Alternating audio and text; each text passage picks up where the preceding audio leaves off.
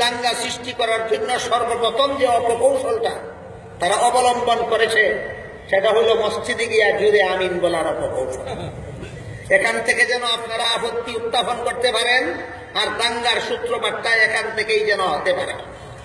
সুতরাং যেখান থেকে এরা দাঙ্গা শুরু করার সূত্রপাত করেছে জবাবটাও সেখান থেকেই আমরা বুঝে নেওয়ার চেষ্টা করি।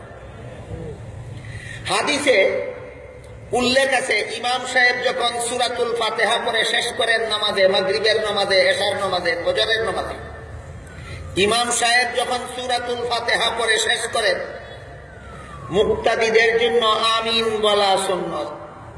বুঝে থাকলে বলুন, ইমাম সাহেব যখন নামাজে সূরাতুল ফাতিহা পড়ে শেষ করেন মুক্তাদিদের জন্য আমিন বলা সুন্নাত। আমিন জুড়ে বলবে না আস্তে বলবে, হাদিস উভয় প্রকারে দিয়েছে। জুড়ে আমিন বলারও হাদিস আছে, আস্তে আমিন বলারও হাদিস আছে। যেখানে হাদিস দুই রকম, একসাথে দুইটা পালন করার উভয় থাকে, তখনই মুস্তাহিদ ইমামগণের ব্যাখ্যা বিশ্লেষণের দরকার হয়। কোন হাদিসটা কোন কারণে প্রয়োগ করা হলো, কোন হাদিসের প্রয়োগ ক্ষেত্র কোনটা হবে। বুঝে থাকলে বলুন, একই ব্যাপারে যদি ভিন্ন রকমের হাদিস থাকে তাহলে সবগুলি হাদিসই কি পালন করা যায়? তখন একটা হাদিস পালন করলে আরেকটা হাদিসের ভিন্ন রকম ব্যাখ্যা দিতে হবে। এইটাই নিয়ম। সুতরাং নামাজে যেহেতু সূরাতুল ফাতিহা পড়ে যখন ইমাম সাহেব শেষ করেন মুক্তাদিদের জন্য আমিন বলা সুন্নাত, হাদিসের দ্বারাই প্রমাণিত। কিন্তু হাদিস আমিন আস্তে বলারও হাদিস আছে, আমিন জুড়ে বলারও হাদিস আছে। বুঝে থাকতে বলুন, আস্তে আমিন বললে জুড়ে আমিন বলার হাদিসটা কি পালন হইল না বাকি রইল? আমিন জুড়ে বললে আস্তে আমিন বলার হাদিসটা কি পালন হইল না বাকি রইল? সুতরাং যারা বলো মযহাব মানি না হাদিস মানি, বাপের বেটা হইলে হাদিস দুটোটা মেনে দেখাও। বাপের বেটা হইলে হাদিস মেনে দেখাও। উপায় নাই, মযহাব মানা ছাড়া হাদিস মানার কোন উপায় নাই।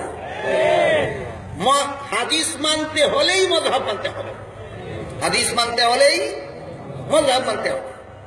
তাই হানাফি মযহাবে উভয় হাদিসের সমাধান দেওয়া হয়েছে।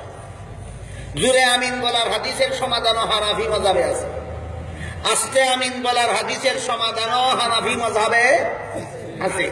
কি সমাধান? হানাফি মযহাবে এর সমাধান হলো জুরে আমিন বলার হাদিসগুলি জায়েজ বুঝাবার জন্য প্রয়োগ করা হয়েছে, আস্তে আমিন বলার হাদিসগুলি সওয়াব আছে বুঝাবার জন্য ব্যবহৃত হয়েছে। জুরে আমিন বললে জায়েজ আছে, আস্তে আমিন বললে সওয়াব আছে। বলুন, একটা কাজ একভাবে করলে জায়েজ আছে আর একভাবে করলে সওয়াব আছে, এমত অবস্থায় কোন ভাবে করা উচিত? সওয়াব আছে না। সুতরাং হানাফি মাযহাবের সমাধান হইল যে যেহেতু জুরে আমিন বলা জায়েজ আছে, সওয়াব নাই, জায়েজ আছে বুঝাবার জন্যই এই হাদিসগুলি প্রয়োগ করা হয়েছে। আর আস্তে আমিন বলার হাদিসগুলি প্রয়োগ করা হয়েছে সওয়াব আছে বুঝাবার জন্য। এখানে যদি লামাযহাবীরা সওয়াব আছে বুঝাবার জন্য যে হাদিস প্রয়োগ করা হয়েছে সেই হাদিস অমান্য করে জায়েজ আছে হাদিস মান্য করতে চায়, তাহলে আমি বলবো কোন হাদিসে বিবি তালাক দেওয়ার কথাও আছে, কোন হাদিসে বিবি নিয়ে জীবন যাপন করার কথাও আছে। হাদিসে বিবি তালাক দেওয়ার কথাও আছে, বিবি নিয়ে সংসার করার কথাও আছে। তালাক দিলে তো আর সংসার করা যায় না, সংসার করতে গেলে তো আর তালাক দেওয়া যায় না। সুতরাং দুটো হাদিস একসাথে পালন করা যাবে না। তাহলে এইবার দুই হাদিস মানব কিভাবে? তালাক দেওয়ার হাদিসটা জায়েজ আছে বুঝাবার জন্য আর জীবন যাপন করার হাদিসটা সওয়াব আছে বুঝাবার জন্য। সুতরাং মসজিদে এসে যদি তোমরা সওয়াব আছে বুঝাবার জন্য হাদিস বাদ দিয়া জায়েজ আছে বুঝাবার হাদিস পালন করো, গড় গিয়াও বিবি তালাকের ব্যাপারেও সওয়াব আছে বুঝাবার হাদিস বাদ দিয়া জায়েজ আছে হাদিস পালন করো।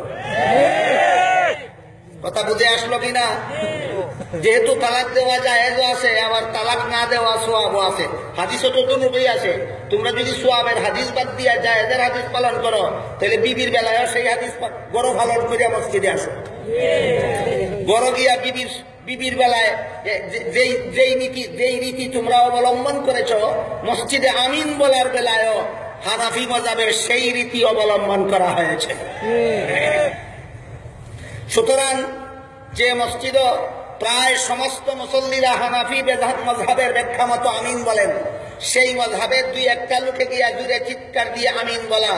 বলুন, ফিতনা করি হাদিস পালন করা না ফিতনা করি করা? এটা হাদিস মানা হইল না ফিতনাবাজি করা হইল? কিসের দোহাই দিয়া ফিতনাবাজি হইল? হাদিস মানার দোহাই দিয়া ফিতনাবাজি হইল। এই ধরনের ফিতনাবাজদের নামই বর্তমান সমাজের লামাযহাবী। এরা বলে আমরা হাদিস মানি, মাযহাব মানি না। বলে কিনা কথাটা? হাদিস মানি, মাযহাব মানি না।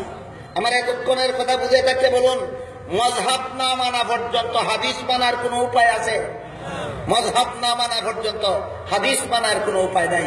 হাদিস মানতে হইলে আগে মাযহাব মানতে হবে।